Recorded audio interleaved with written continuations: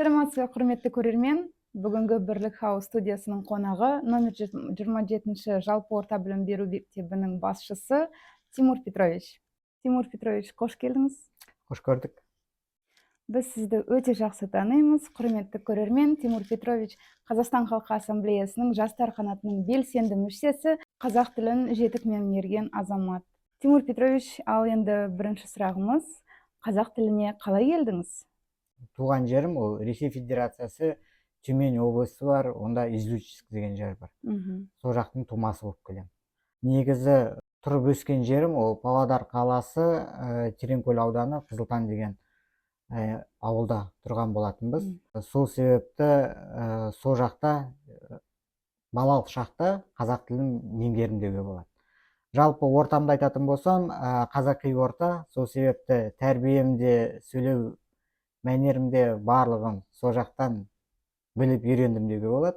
Негізгі мақсатым ол қазақ тілін үйренгеннен кейін, қазақ мектебін бітіргеннен кейін 9 сыныпты алдағы болашақтағы арманым ол журналист болу еді. Журналистика оқу үшін әрине қазақ тілін жетік меңгеру керек. Өйткені сөйлеу мәнері бар, жазу стильдері бар, ол стильдердің өзі бөлінетіні бар деген сияқты. Сол себепті қазақ тілі әдебиет пәнінің мұғаліміне түстім. Колледжда 4 жыл бітірдік. Колледж бітіргеннен кейін ары қарай журналистикаға барам ба, немесе осы кәсіпте қалам ба деген кезде мамандықты толықтай игеруді жөн көрдім. Сол себепті де институтты қазақ тілі әдебиеті пәнінің мұғалімі болып тамамдадым. Жалпы қазақ тілін жетік меңгеру ғана емес, онда да 7 жыл өмірімді соған арнадым деуге болады. Керемет. Ал енді айтыңызшы, мемлекеттік тілде еркін сөйлеу сіз үшін қандай мүмкіндіктер ашты?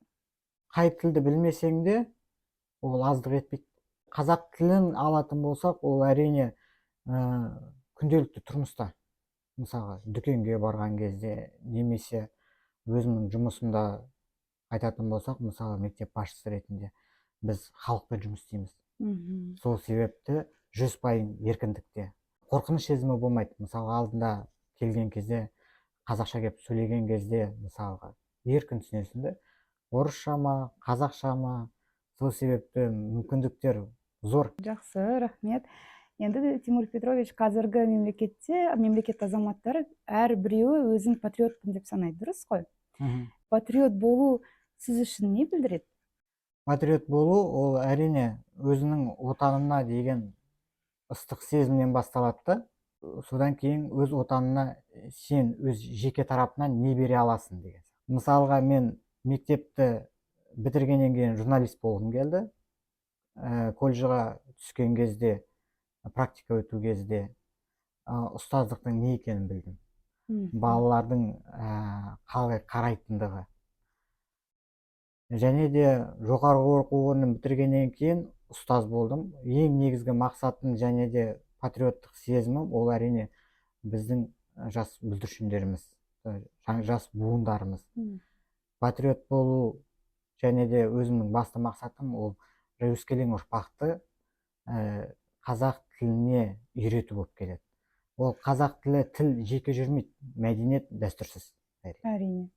Қазақстанда тұратын этностардың өзара сыйластығы туралы не айтар едіңіз?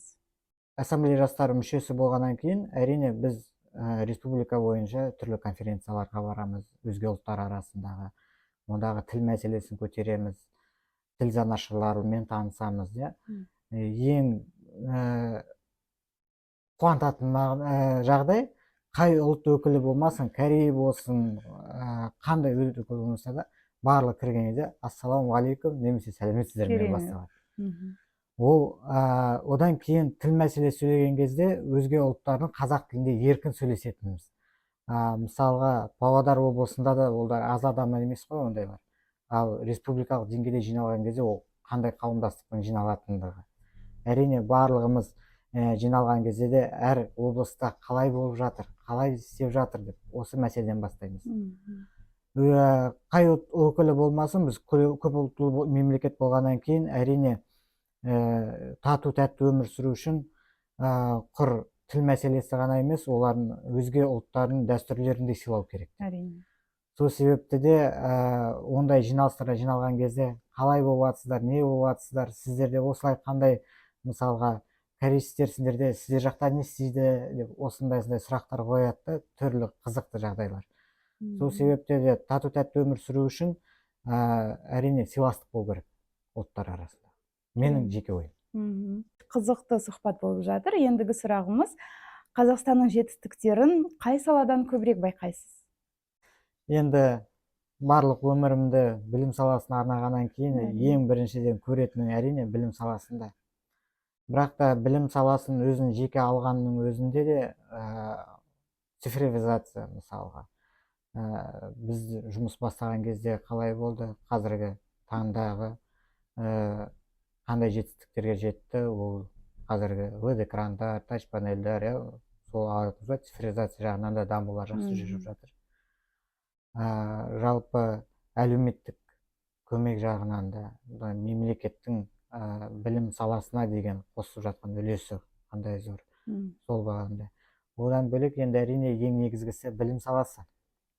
Ондағы алып жатқан жетістіктеріміз, оқушыларымыз, мысалға, олардың да жетістіктері өте мол деп болады. Тимур Петрович, сіз номері 27-ші жалпы орта білім беру мектебінің басшысысыз. Енді өзіңіздің мектебіңізде сізден үлгі алатын оқушыларды байқайсыз ба? Әрине, жалпы сабаққа келдік қой, былай айтқан кезде. Ең бірінші байқағаным, ол оқушылардың қазақ тілі әдебиет пәні мұғалімі болғаннан кейін ең негізгі мендікі орыс сыныптары. Сол себепті де оқушылардан бізде сәлемдесуден басталып, танысу кезде оқушыларға басын айтам, қандай сұрақтарым бар, барлығын қойып алыңыздар, не қызықтырады, не, себебі ары қарай сабақты қалай жалғастыруыма байланысты. Балалар әртүрлі, сол себепті әр сыныпта әртүрлі. Сол себепті өзіміздің ұстаз болғаннан кейін өзіміздің тактикамыз бар, әр сыныпқа қолданатын. Сол себепті оқушыларымыз бір сұрақ 100% қоятын, сіздің ұлтыңыз кім деп сұрайды. Сол себепті де әрине айтам, ұлтым менің орыс. Сол себепті оқушылар көбі говорит, я не знаю казахский, я не понимаю казахский деп бастайды. Сол себепті айтам, я тоже русский, но я же изучил казахский. То есть я не знаю, я не понимаю, такой вопрос мне не задавайте. Для этого я вам не преподаю. Чтобы мы узнали, вы изучили деп. Әрине, ол сондай сұрақ қойылғаннан кейін, басы ашылғаннан кейін көп балалар тырысады қазақ тілін білуге, үйренуге. Себебі жеке көз алдарында жүрген ұстазы да солай. И әрине, ата-аналардың көбі келген кезде, Тимур Петрович деген сіз бе деп келеді. Балаларым үнемі айтады сіз туралы, қалай білдіңіз, қалай неттіңіз. Сол себепті де ата-аналар келгенде де қазақша білмесе де сәлеметсіз бе деуге жарайды да. Сол себепті олар да амандасады қазақша. Содан да түсінуге болады. Мемлекеттің дамуына жеке қандай үлес қосып жүрсіз?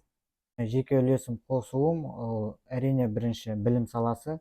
Мектеп басшысы болғаннан кейін бар мүмкіндіктерімді осы салаға жіберем.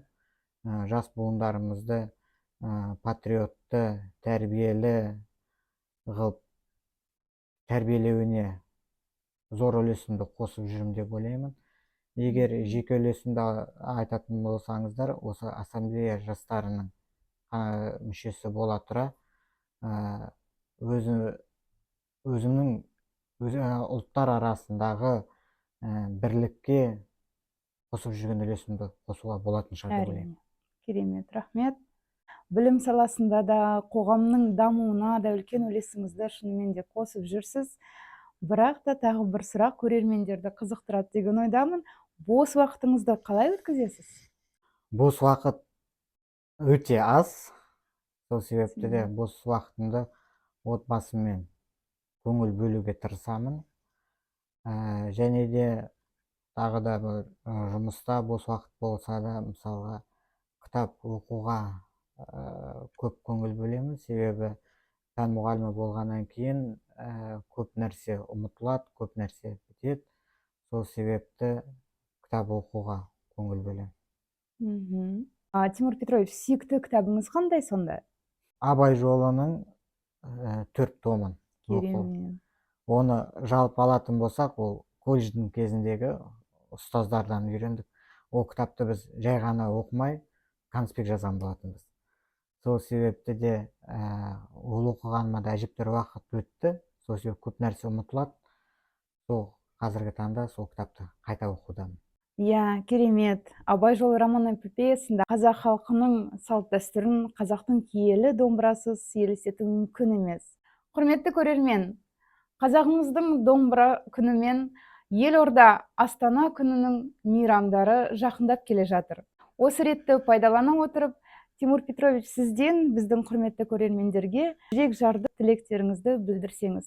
Құрметті көрермендер, келе жатқан мейрамдарымен шын жүректен құттықтаймын. Басымыз аман болсын, еліміз көркейе, биіктей берсін. Құрметті Тимур Петрович, алтын уақытыңызды бөліп келгеніңізге үлкен рахмет. Болашақтағы алға қойған мақсаттарыңызға сүрінбей жете беріңіз. Жұмысыңыз табысты болсын, оқушыларыңыз сізді қуанта берсін. Рахмет.